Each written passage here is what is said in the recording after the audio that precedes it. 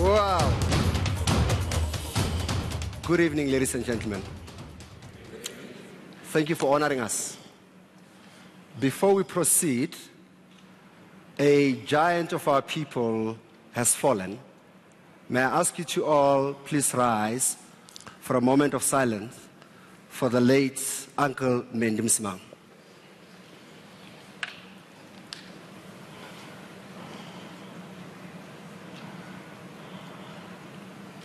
Thank you. May his soul rest in peace. You may have a seat. Okay. Finally. Iman described him as an enigma. And so to the people of power of Capricorn, to the viewers of ENCA, and later on will be joined by ETV, he is the epitome of white monopoly capital, the Stellenbosch Mafia. He's here. Thank you so much for honoring us, Mr. Rupert. Now it's Mr. Rupert. Where I come from, we don't call Toppies like you, Johan. No, it's Toppie. It's Mr. Is that the Shangaan in you? I do come from those Shangaan people of Beggersdorp, Limpopo. You know Mbazima Isaac Madaka has been with me since 1979. Yeah. Right, so I know about you Shangaan people, okay. What do you know about us? Well, can I tell it on air or not?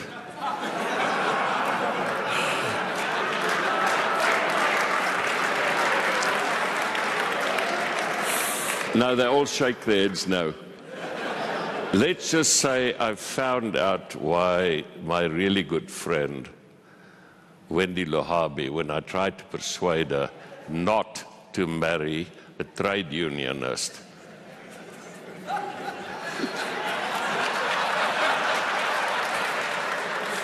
After a golf match, I think we all applauded, okay? Welcome. Thank you. Ceci Gato, thank you so much for honoring us. Mrs. Rupert, Mrs. Mkhari, Ipileng, looking hot, thanks for honoring us. And the person who pulled us properly last year, Mamzane Lembeki, yes, who made it a point that we were honored by President Thabo Mbeki, who up until this morning was going to join us, but he keeps taking on responsibilities. But thank you so much, Mama, for joining us tonight. And ladies and gentlemen, everyone in the room once again, and those who are listening on Power 98.7, streaming on Power TV on YouTube, watching on ENCA, listening on Capricorn FM, once again, thank you so much for joining us. People, you know, there's a guy called Skhumbuzo Mbata, who's a host of Capricorn Breakfast, asked me on air the other day when we were announcing that you're joining us, and he said, why now? Why did Johan agree to, you've never done television, you hardly talk outside your AGMs. Why now, why here? No. A lot of people have said to me that this is going to get very interesting because I'm probably the only person who talks more than you do. That is true. Okay. And we've done a deal, by the way. We've done a deal that today we must both watch each other because we can't stop once we start. Now, why?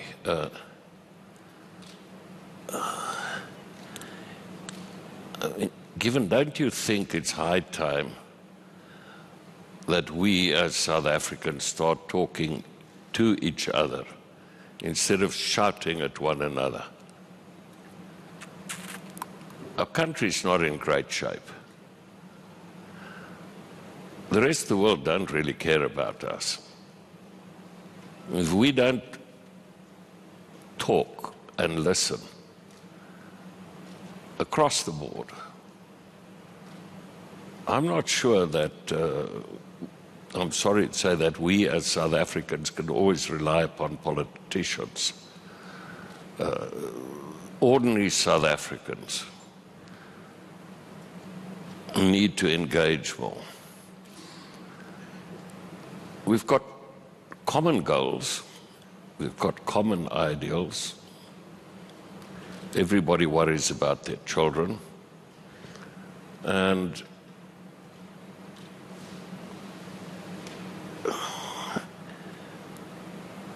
if you can't ask me, as you and your fellow Shangans and a vendor or two turned me into white monopoly capital, a term that I was unfamiliar with,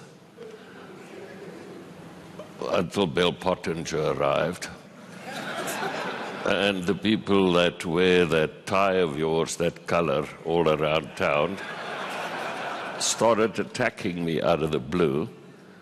I wasn't involved in politics. But really, I mean, if we can't talk openly, then I really think we've got an issue in this country.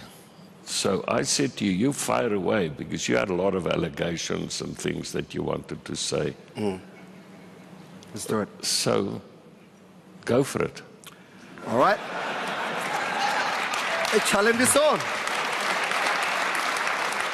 I must firstly ask you, did you ever see a movie, you were too young, did you ever see a replay of The Rumble in the Jungle, where George Foreman beat himself to death and Ali went rope-a-dope, and then in the end Ali came back?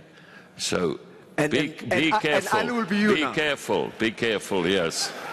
Ladies and gentlemen, Ali Rupert. And George. With no surname. But yeah, let's get into it. So, when people, and I think it's very important because up until recently, a lot of South Africans would not have known about a certain Johan Rupert. I was just doing the calc. As we sit, the market cap of companies that you control, ladies and gentlemen, about 687 billion rands. The South African business, Remgro, where's Yanni? About 116. But you look at Iman Richemont, whichever you say it, about 530 billion rands. That's assuming that the rand is where it was when I last checked. And then, of course, Reinet, more or less about 41B. That's a lot of tom. That's a lot of cash. When you talk about the business from your father, the late... Hang on, it's not cash. It's the market A lot of cap. tom. Yeah. A lot of tom. That's the problem with... We're going to get there. With the men in Africa. We're going to get there. The women understand the difference between cash flow... Yeah. Now at business partners, Yeah. and there's some business partners people here, unless the wife was there looking after the books, we were very concerned about Shangans and Zulus and Tswanas, because you tend to buy a car immediately BM or something. The women understand cash flow. So there's a difference between market cap given and cash. Thank you, Ali. Market cap, 687 billion, whichever way you look at it, right? So these are essentially businesses that you control, which does not necessarily translate into cash in your pocket. Neither does it represent your family trust essential wealth, correct? Right. So, and then we bring it at home. You think about your interest in Remgro, which is the local holding company, which, as I said to power people, from the moment most of us wake up until you go to sleep, in one or another, you would have interacted with one of their businesses, from the margarine, if you talk RCL Foods, whether you're talking stock or you're talking Flora, and then the bread you eat to the sugar you put in the tea. And if you take too much of it, you get sick, and then you go to get to Mary Clinic. And then you spoke about cars, West Bank, and then you talk about F&B, Discovery, Momentum. I mean, you got interest in all these businesses in South Africa, controlled by the Rupert Family Trust. So people will say it's a monopoly. Well, that's what they'll say. Sorry, let's just get back to the basics. As President Mbeki pointed out last year, all the people here belong to the government pension fund. They own twice as many shares in all of those companies as we do. And from the beginning, my father had no money. I think you've got to step back a bit. Yeah, he had no money. He started with £10, then £100 in a garage. And my mother was the company secretary. And they'd grown up poor. My mother walked to school with cardboard in her shoes in Krugersdorp. Depression children. She, had she lived, this would have been her centenary year. And she saved until she was in her 80s. And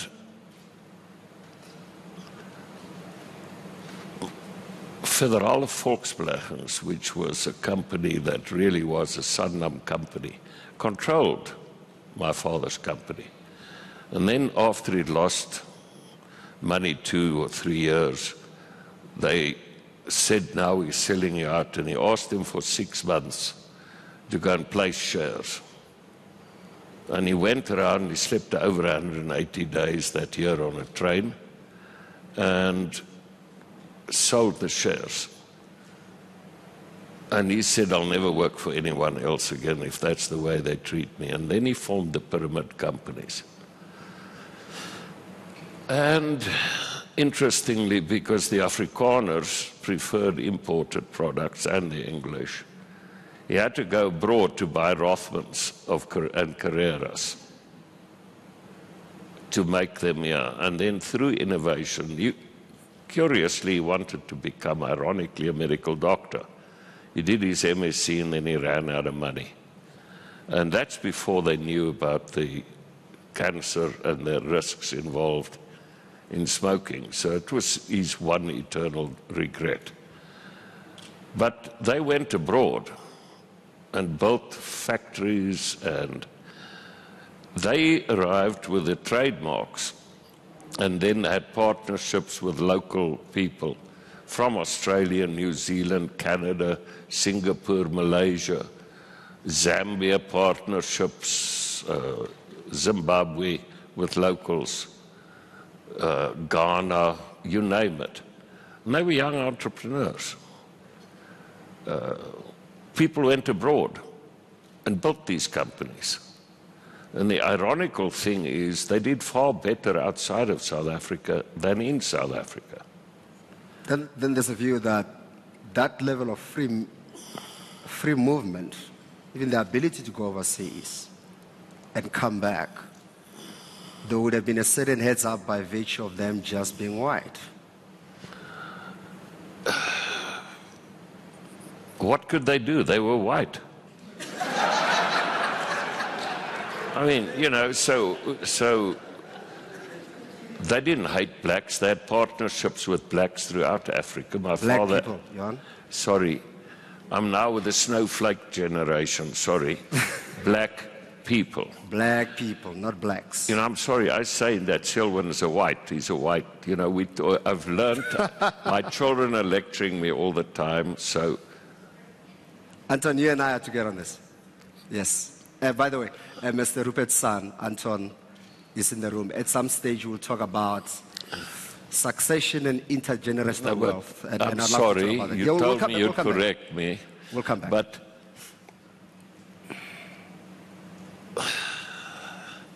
they had a choice. Either emigrate or have what Van Wyk described as loyale verzet, which is loyal resistance. And they chose loyal resistance. What does that mean? Loyal resistance? Loyal. You like South Africa, but you're against apartheid. You're not loyal to the NP, you're loyal to South Africa. You know, it's another misnomer. You saw that I attacked apartheid at university, right?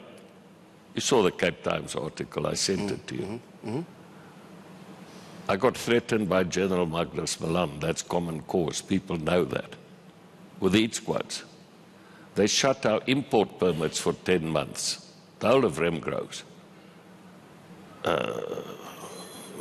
So where does the story come from? We never did business with the government. In fact, if my father had immigrated, the shareholders would have done a lot better. Have a look at Remgro's market cap versus Richmond's market cap. And we were boycotted overseas because of South Africa. So the choice is leave or stay. And then, and this is what really you talk about all the companies we've invested in. We could have taken the money out of the company, bought boats, whatever, but we did a series of partnerships. So the late Eric Malobi came to me, Kagiso. One by one, people came and we did partnerships with them. We didn't interfere in the management. And as for First Rand and Rand Merchant Bank, it was not started by Remgro or by my father. I started it. We paid 177,000 Rand for 277,000 Rand for a banking license. And we competed against Volksgas. And we were tiny. As for Rembrandt, it was tiny in comparison to Philip Morris and to BAT. We're always the tiniest. So if you look at the facts, and it's a public company, as Anton said, it was on the stock exchange, and the pension funds, the government employees' pension fund, they have transparency. So, you get opinions and you get facts. And I'd like to see how this narrative started developing. So somebody says to you, white monopoly capital. What does that do to you? Or Stellenbosch Mafia? Well, I ask you, what does it mean? Yes, I'm white. What does it do to you? I'm a white person, according to your, yes. to your terminology. You know, this stuff is also so passé. Yeah.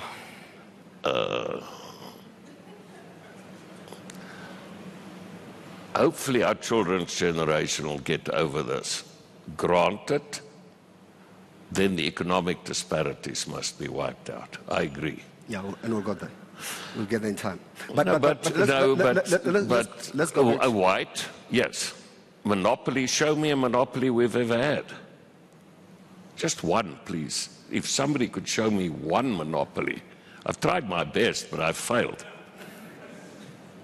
Look at the monopolies in the country. Monopolies are called SAA, in Roots, Eskom. Have a look at monopolies, and then they call me a monopolist. So you're saying the state is the monopoly, not. I'm saying, you're saying that please monopoly define monopoly. Hands. Define monopoly. In terms of capital, yes, I believe in the free market system. Until somebody can show me a socialist or a communist system that survived, if everybody had to be as good as Madiba or Mother Teresa, yes, then socialism could have worked. But people are not that giving. People are not that nice. People act in their self-interest. And therefore, I've not seen it work. So yes, I'm white, and yes, I believe in the free enterprise system. As for the monopolist, I don't know where they get that. And the Stellenbosch Mafia? You know, I never got that invite. I don't live in Stellenbosch. And if you had to know Stellenbosch, you had to know how the animosity that was in Stellenbosch. Was or is? Well, I guess was, because a lot of the people aren't around anymore. So Wait, did he just hoy a shade on, what are they called?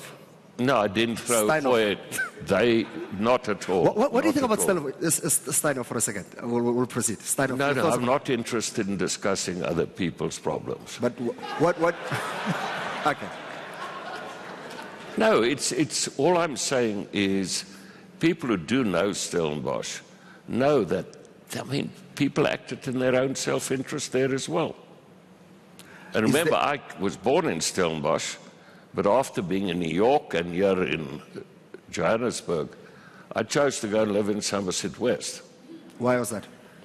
There's a reason. Please share. I'm still Chancellor of the University, so I'd better keep quiet. Okay. So that's the University of Stellenbosch. We talk about the Yes. concept. So a picture goes like you, almost under your leadership, dark rooms, boys get together, mainly boys, and plot on how to keep the darkies out of action and how to control this country under either your stewardship or leadership somehow. That's essentially the concept of the Stellenbosch Mafia. Okay, now they have political power. We'll keep the economy amongst ourselves. And boys, nobody should know. That's the picture. You serious? Are you really serious? That's the picture. Do you believe in Father Christmas? Do you believe in Father? And you are the ringleader. And you still supposedly. believe in Father Christmas as well? And that Marilyn Monroe's living in my backyard. And that Elvis comes for Christmas. Are you serious, Given? So let's put it differently. Is there some silent, conniving exercise by leaders or successful, particularly Afrikaner business people, where they sit together and plot? There used to be the Broederbond. And my father was a member until 48, I think. I don't know, he never really discussed it. And then he felt things were going off the rails. And he felt uncomfortable being a part of a secret organization. I've never been a member of a secret organization, and I get concerned about the necessity of secrecy. So there's no organization. Are you kidding me? I mean, and on that I can talk for the others as well who are mentioned there. And why do we need, I mean, surely what I've tried to do in my life belies the fact that we want to keep the darkies down. Surely, if you look at how I've lived my life, that it's not correct. My black American friends in New York and in America will find this incredibly funny. And your black African friends, how would they find it? Well, clearly you've told me that's what you think. Well, go and try and tell that to Michael Jordan or to you're a Formula One fan. Go and tell that to our current reigning wild. You heard the other day he was in the car with me, and Naomi Campbell called.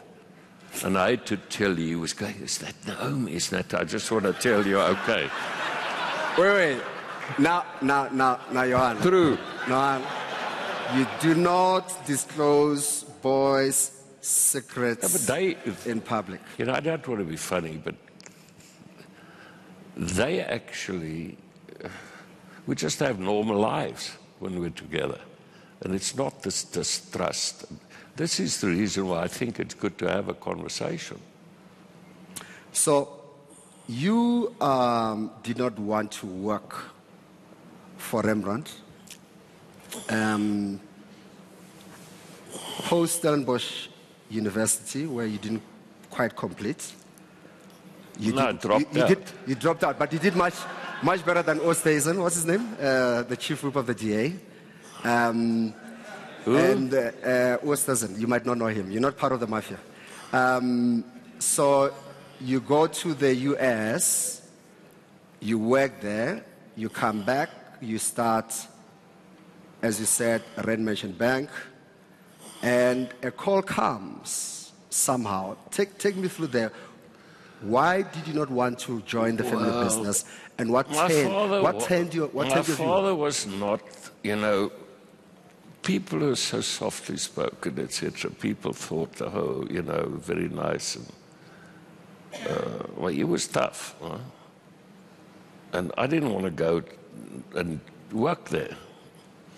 And a late friend of mine, Dave Mkhari, told me that there was a Rand Bank had gone under, and that there was a merchant banking license for sale. So I came back and we bid for it. How did you find it? Got it, bid for it at an auction. Because it was a liquidation, it was the asset, one of the assets of the defunct Rand Bank. And we were disruptors, serious disruptors, because the banks had a cartel. All the banks, the big banks, remember we were tiny, and they charged the minimum rate on bankers' acceptances. So we developed a thing called a promissory note. That was really a banker's acceptance in disguise. And we went to all the best and the biggest companies, Anglo, etc. And we told them, don't pay this 1.8 or 1.5, we'll do it for you at 1.3. Ah.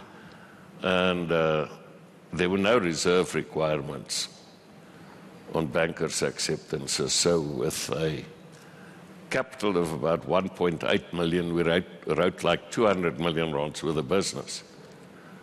And of course, the other banks went nuts, went to the registrar of banks, and they came to have a look. They couldn't fault it because, in fact, our credit was better because we took Anglo-American's paper and took it to De Beers, and vice versa, all around. And the people were loyal, so, and then of course they banned bankers' acceptances, promissory notes. They told us we had to get reserve requirements against it. And then in '82, I went on honeymoon and came back and found out that the people had lent somebody that I'd asked them not to lend to twice the capital of the bank. And Paul Harris, who's here somewhere. Yeah, where's Paul? Yeah. Paul came to me, there he is, and he came to me and he said he knows there's certain individuals coming into the bank. And I said, yes, and I'm concerned about it. And he said, maybe you've got to go and speak to GT. And as we Afrikaners do, instead of using the loo, you go and relieve yourself next to a tennis court. So GT and I went out and I asked him about this individual. And he said, Johan, let me put it to you like this. He invites you to a game of tennis. Then you check the fencing, you check the height of the net, you check the size of the court, bounce the balls, and then he hands you a racket without strings. So I said, we have an issue. So I kept on asking for security. We got more and more security. And then Donnie Gordon asked me to go to the States with him to go and see the Etna. It was '82. And this gentleman still owed us $2 million. And I got back, and he hadn't paid. So you ask Isaac Mdaka. It was the front page of the Daily Mail. And of course, and you'll find this, you black people will find that black people won't necessarily support black people. These Afrikaners dumped me, including my dad's own bank. And they wanted their money back. And guess who helped me were the Jewish people. Donnie Gordon, Sol Kersner, Michael Rapp. And then went for Christmas. And my dad told me, he wasn't too pleased. So I came back on Christmas Day, and one of my heroes, the late Derek Keyes, had just returned. He had a tragedy. He lost a daughter. He and his wife lost a daughter, I think 8 or 10 years old. And then he had just come back and started, and he was there to the discount house. And he took pity on me because Gaynor was 6 months pregnant. And he said, if you have a run on the bank, tell them to call me. So, of course, 2 days later, we had a run on the bank. Derek covered it. That taught me a big lesson. Never, ever, ever be in a position where other people can determine your course and your future.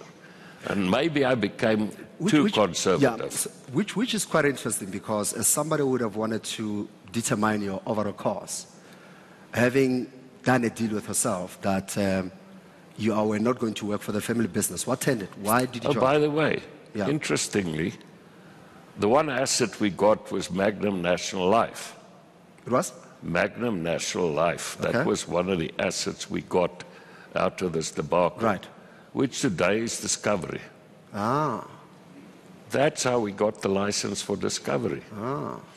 But then in '84, Gaynor and I were in London, and my father came back, and he was this color, ashen white. And he was the age that I am now, funny enough. In those days, I thought he was very old. And I took pity on him. I was once talking to someone on the phone, and I said something like, the old man, something. I said, who are you calling the old man? So I said, no, but that's what, when I talk to one or two friends, I've got 2 old men that I talk to a lot of late. It's you, and I mentioned the other old man. JR didn't like that. No, the other old man, you'd better behave yourself, or else on TV to whom you're referring to. Yeah, no, not yet. Not okay. Yet. So you shouldn't have told me. The real old He's man. very powerful. Doctor. Okay, let's move on. Doctor. No. So my father came back, and he wore a visitor's badge. I said, "What's this about?"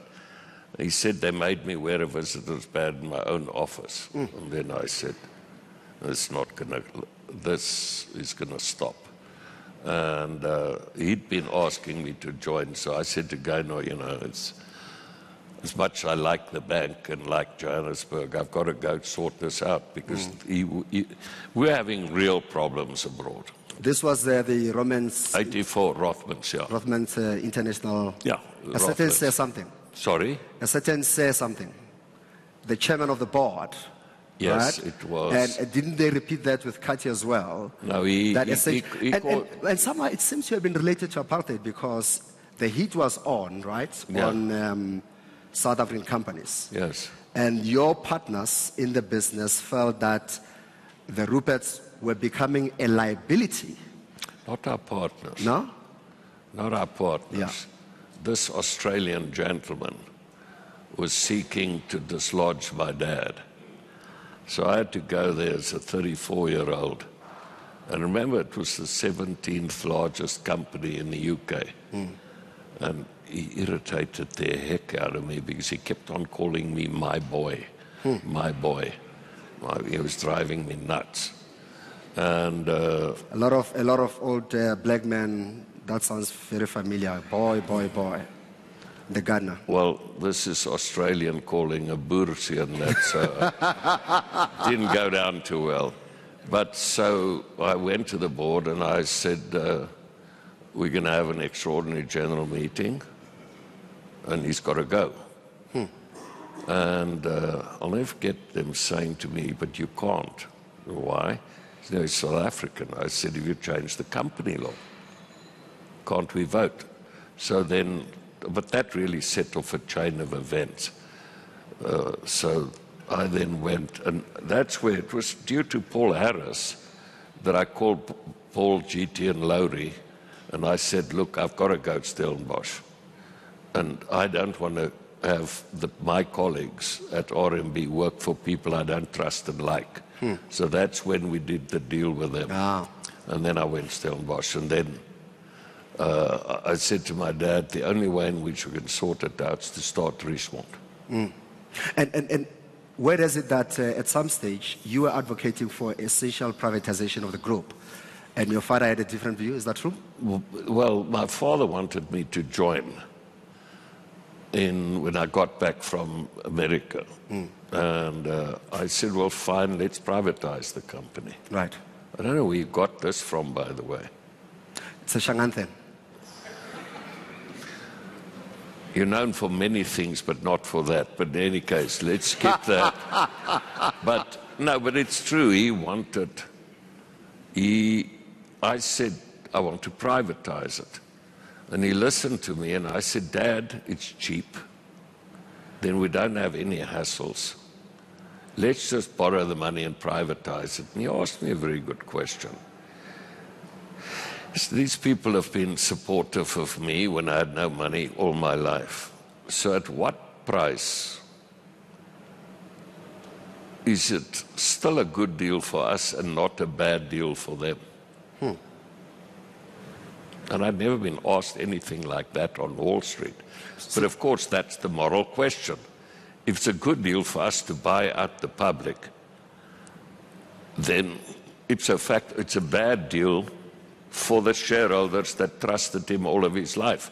So I said, I understand. So let me make sure I end of the understand. privatization. Let me make sure I understand. Obviously, as the operators, as executive managers, as the people who had insights into the business, you know where the value of the business lies. Your shareholders, as the stand of guys, most of them will have come to know, can only know up to a certain point. Management has got insights. Was your father saying that while it may be opportune and optimal for you, through structuring or raising money, to take this business private, the people who are likely to lose out are the shareholders, including the farmers from back in the Cape who would have supported the business? He was obviously correct. And, I mean, I had never thought of it like that, coming from New York, leveraged buyouts, etc. And he was correct, and I agreed with him. But you've got to remember, he started in 48. It's 70 years ago. And they only broke through in 1978. 30 years for the company to turn cash flow positive in a proper way.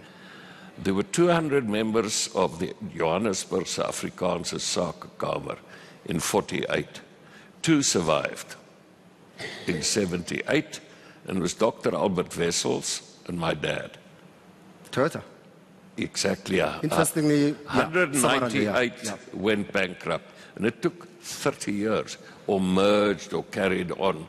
All of the, so, you know, it wasn't easy. It took a long time. Luckily, the overseas businesses were doing well. And,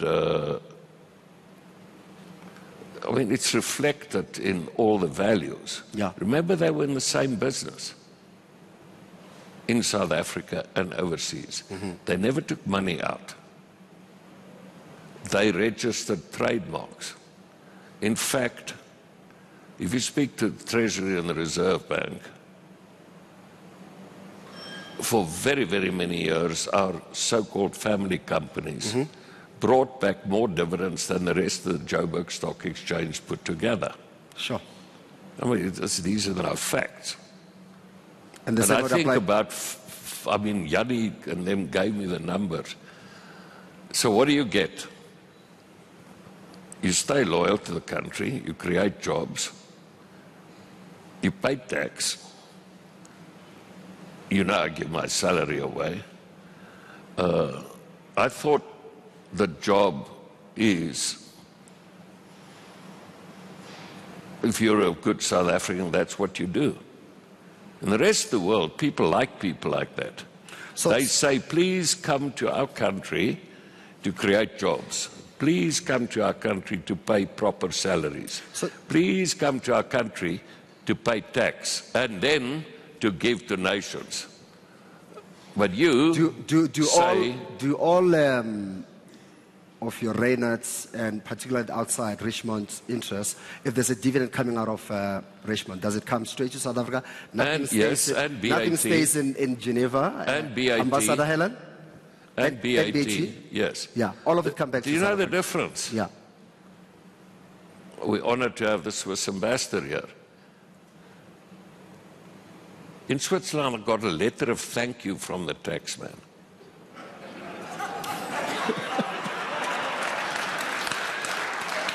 It was bloody painful. I hate to say it was bloody painful. But yeah, they harassed me for 8 years. So unlike what your friend with the red beret thinks, You're talking about my homeboys from the your homeboys, yeah, who said 5 years ago that I am influential on SARS. No, no. We'll go to the that. opposite. The opposite. Yeah, we'll go there. We've got 5 minutes before we're going to take a break. And there's a lot we need to cover. And isn't he an amazing storyteller? So an hour's almost gone, and there's so much to cover. Sorry, the truth is he wants a smoke break. No, that's what he wants. That's what he wants. And we're going to do that. We're going to do that shortly. So just a quick reminder, this is the 2018 version of the Chairman's Conversation. My name is Mkhari of Power 98.7. And welcome the Capricorn team, ENCA, and ETV, and everyone streaming. Can we just spend the next few seconds briefly? Your father, a child of the Depression. The Afrikaner people have just come out of the Anglo-Boer War. You've just seen the Great Depression. How much of an Afrikaner activist, proud Afrikaner, an Afrikaner who wanted to prove a case that Afrikaners can do themselves, particularly against the recent oppressor, the English. How much of that cultural identity sentiment, in your view, in 2 minutes here, has driven the birth and growth of Rembrandt? That was the reason. It was? Absolutely. You've got to remember, and I was saying to you earlier on, I just hope it doesn't take this long this time. Yeah. That my grandmother didn't want me to date English-speaking girls. At all. We'll get to the irony later. But she had lost her uncles and aunts in concentration camps here in the old Transvaal. And in a sense, the Afrikaner was downtrodden. The arm blanke question, the poor white question. And now you don't agree with me, but around Pretoria and Krugersdorp, it's reappearing. So obviously, there's a lot of empathy. But it was they were driven. They were driven, but they studied. They studied like crazy and saved like crazy. They didn't go and buy BMWs and hang around at Taboo and the Sands all the time. Okay. Okay, Ali. No. I mean, I hear this narrative that Madiba was a sellout. I mean, it's totally disrespectful.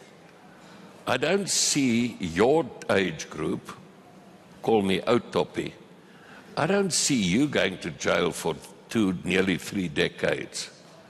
No, you'll miss the Sands and you'll miss, So in a sense, be respectful to your elders. Your generation, I haven't seen leadership coming out. Remember, I met Steve Biko when he was in his 20s. Yeah. And he wouldn't have carried on in Taboo. So the first half...